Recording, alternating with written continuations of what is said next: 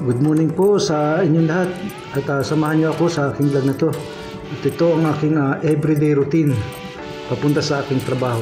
Gising ng maaga, alam ng alas 4, tapos kailangan makababa na ng 4:30 kasi ang daan ng bus is 4:30 hanggang 4:40. Ganyan, dapat yun ang first trip ng bus, kailangan makasakay ako ron.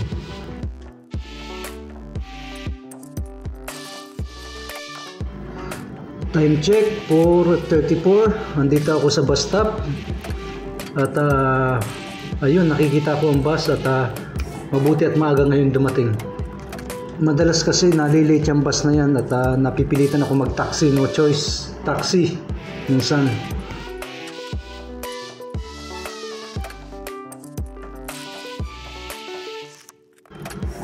F11 bus number at baba ako ng Emirates Tower kasi na doon ang first trip naman ng metro.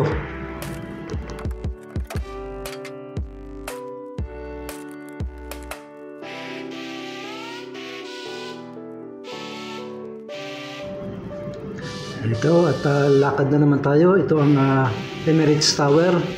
Papunta naman ako ng metro station. Kunting lakad lang naman.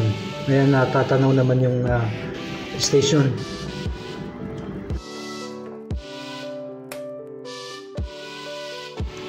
Ang kagandahan lang talaga pag ganitong oras, ganitong maaga, talagang kukunti pa ang pasahero.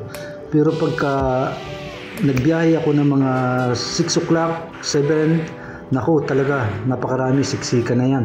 Napakahirap pa makipagsiksikan sa dami.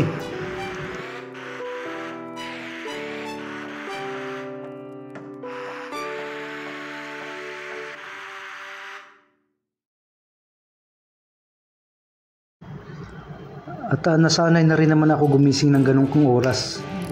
Everyday na 4 AM, nasanay na rin ako.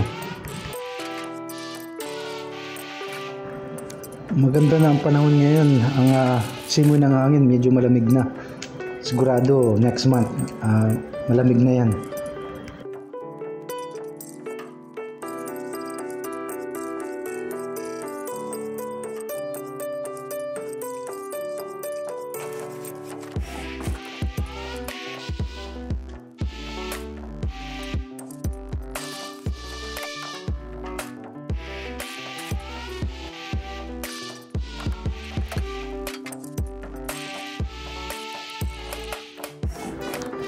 Dito na tayo sa metro at maghihintay po ng ilang minuto para magbukas ang metro.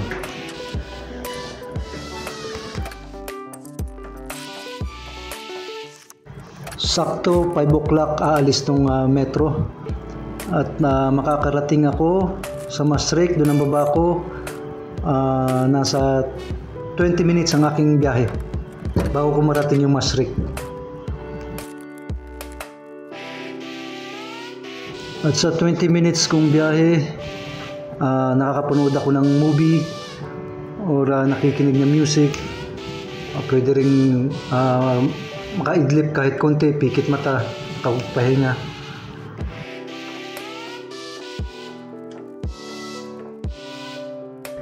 At ito nga palang metro na to, train na to, walang driver sa unahan o uhulihan. Kinokontrol lang.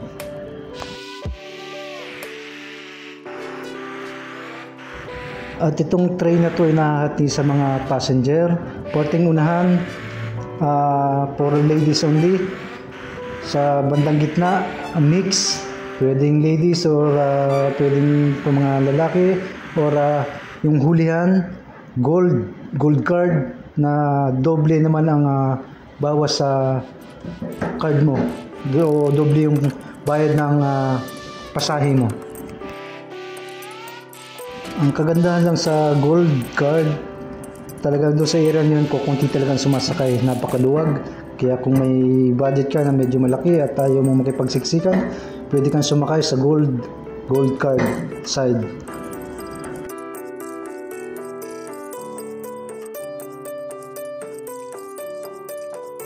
Ayun, at dito na ako sa Maastricht Station. At dito ako dadaan sa hagdan para konting exercise din naman. Meron namang elevator, pero mas gusto ko rito para na-exercise, konting lakad.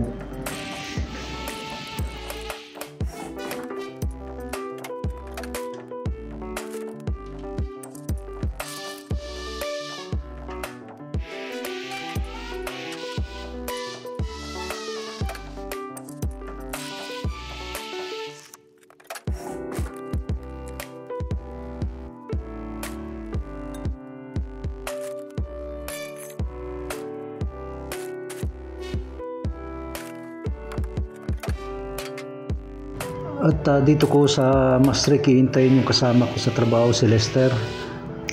Bali, dun sa kasunod na metro siya nakasakay. At may cafeteria dyan sa labas. May time pa ako para mag-chai o mag-tea.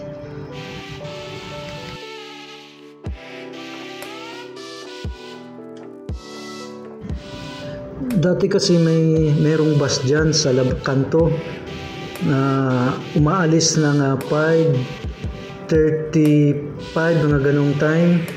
Yun yung first trip ng bus, pero binago na, ginawa ng 6:10. Kaya sobra ng late, kaya napipilitan kami, no choice kundi maglakad.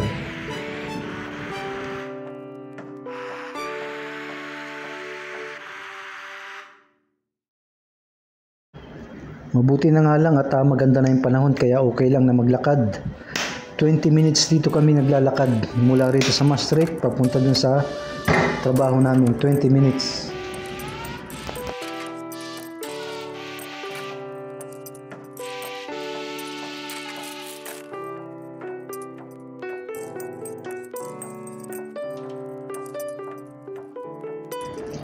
Kung magta-taxi kami everyday, kahit pa-share kami sa bayad sa taxi, medyo malaki yun sa isang buwan. Kaya tiis na lang, lakad, at habang maganda naman ang panahon, malamig.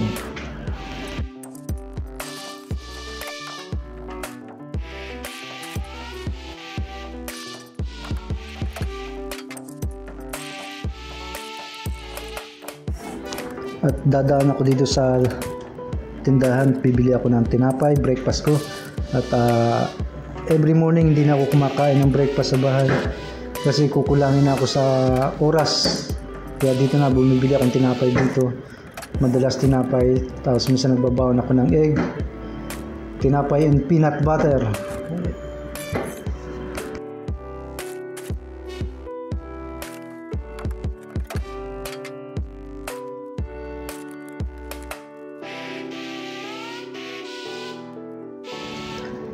Dito ko sa cafeteriang to, iniintay si Lester, yung kasama ko sa trabaho. Maghihintay ako ng 10 to 15 minutes. At habang iniintay ko siya, nag-chai muna ako rito. Masarap dito at talagang mainit.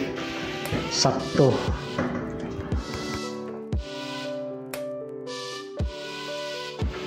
Sa halagang 150 pills lang naman ay meron ka ng masarap na chai.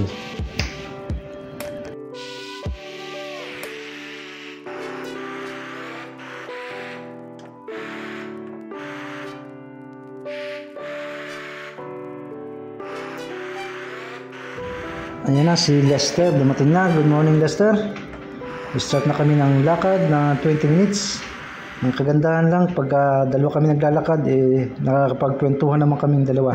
At hindi naman boring yung 20 minutes naming paglalakad.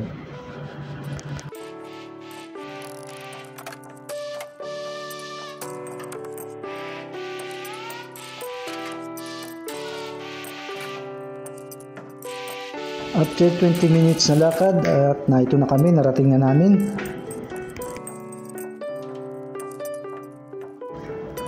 Ayun, at nandito na po ako sa aking room.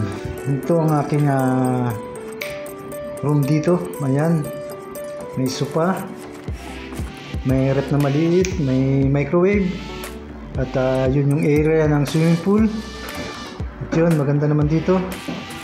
At maraming salamat po. At yun ang aking everyday routine papunta dito sa trabaho. Maraming salamat po at see you.